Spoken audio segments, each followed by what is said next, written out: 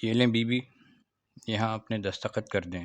وکیل نے ایک خانے کی طرف اشارہ کرتے ہوئے اس کے سامنے قلم اور خلا کے پیپر رکھ دیے۔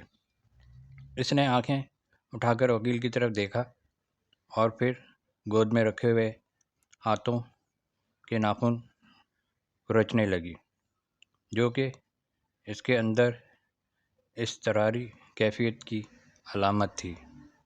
اس کی یہ کیفیت دیکھ کر صاف ظاہر تھا کہ وہ فیصلہ کر لینے کے باوجود بھی ذہنی طور پر پریشان ہے۔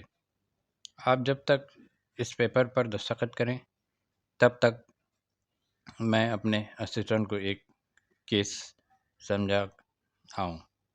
وکیل یہ کہتا ہوا کمرے سے جانے لگا، پھر رک کر بولا، آپ بے فکر رہیں، انشاءاللہ پہلی پیشی پر ہی فیصلہ آپ کے حق میں ہو جائے گا۔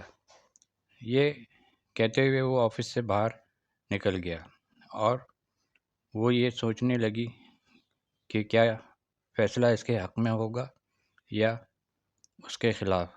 وہ کیس تو شاید جیت جائے گی مگر اپنا سب کچھ ہار بھی تو دے گی۔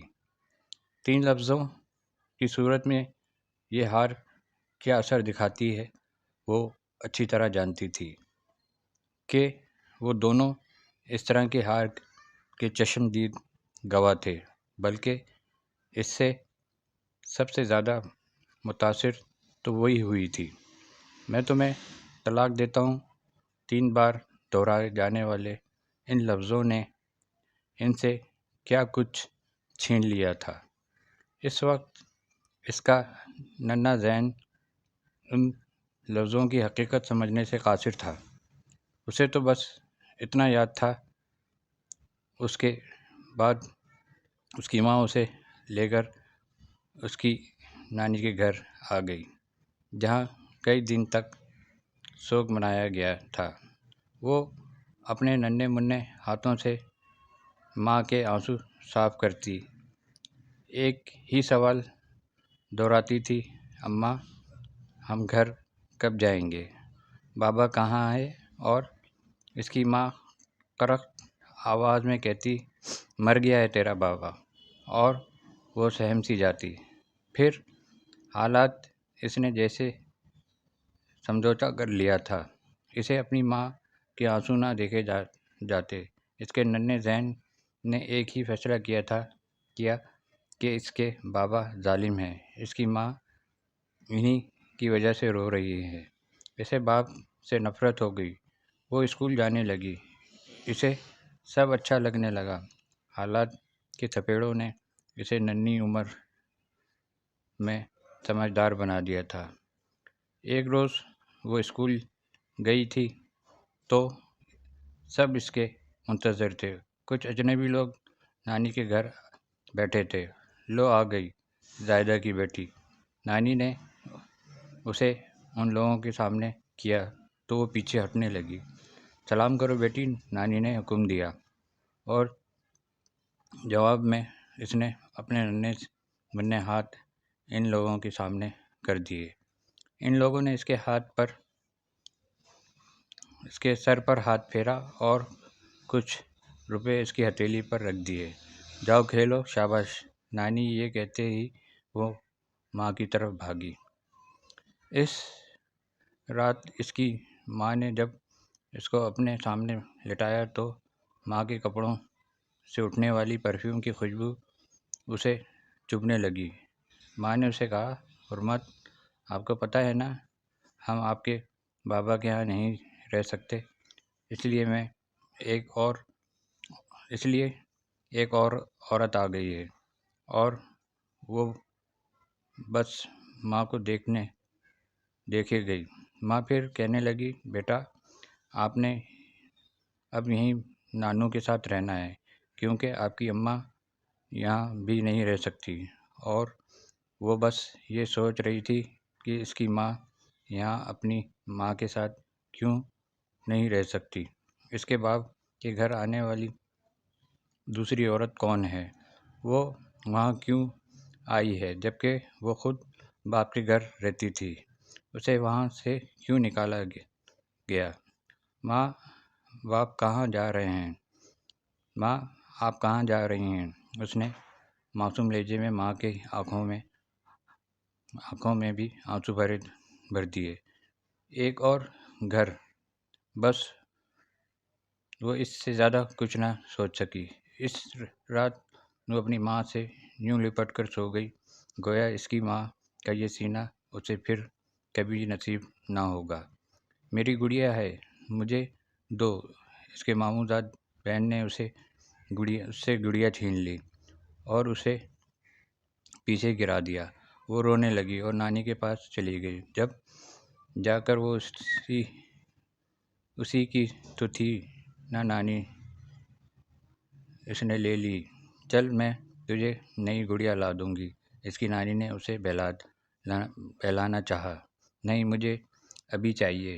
وہ زور زور سے رونے لگی۔ جب چپ کر، نہیں چاہیے تو جا اپنے باپ سے کہہ دے کہ لا دے تجھے نئی گڑیا۔ ابھی چاہیے، چل ہٹ۔ نانی نے اسے پرے دھکیلتے ہوئے اٹھ گئیں۔ وہ روتی سکتی سب کی نظروں سے اوجھل ہو گئی۔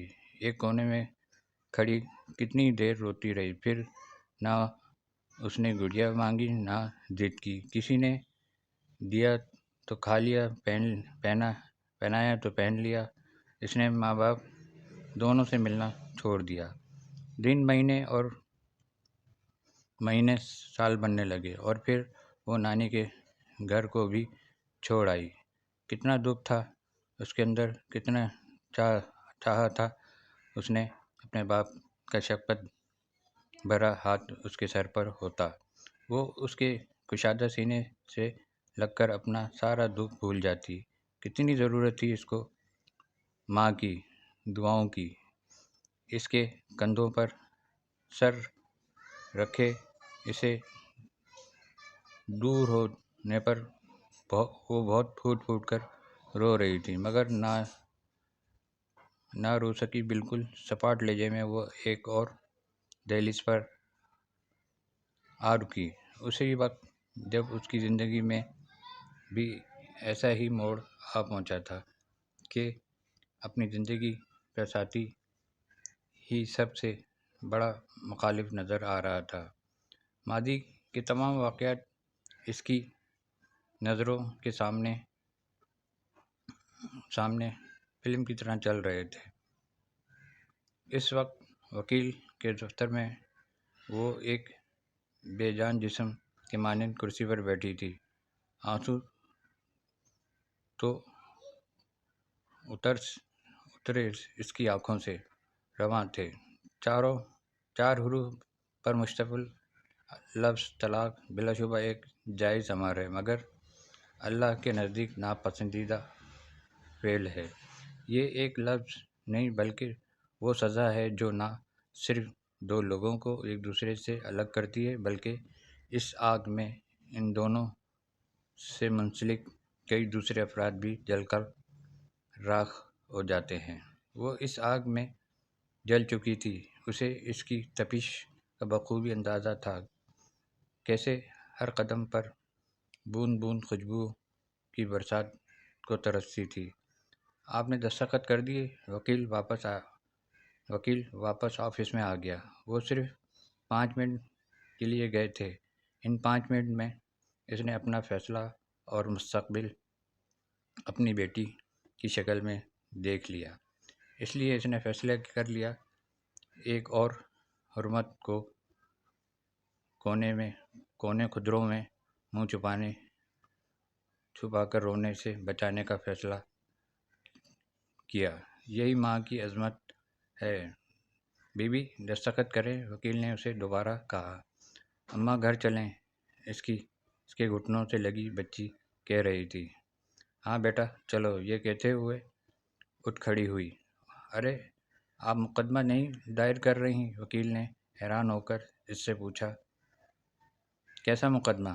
وکیل صاحب، فیصلہ تو ہو چکا، میں ہارنا نہیں چاہتی اور میری جیت میرے شوہر کے ساتھ رہنے میں ہے۔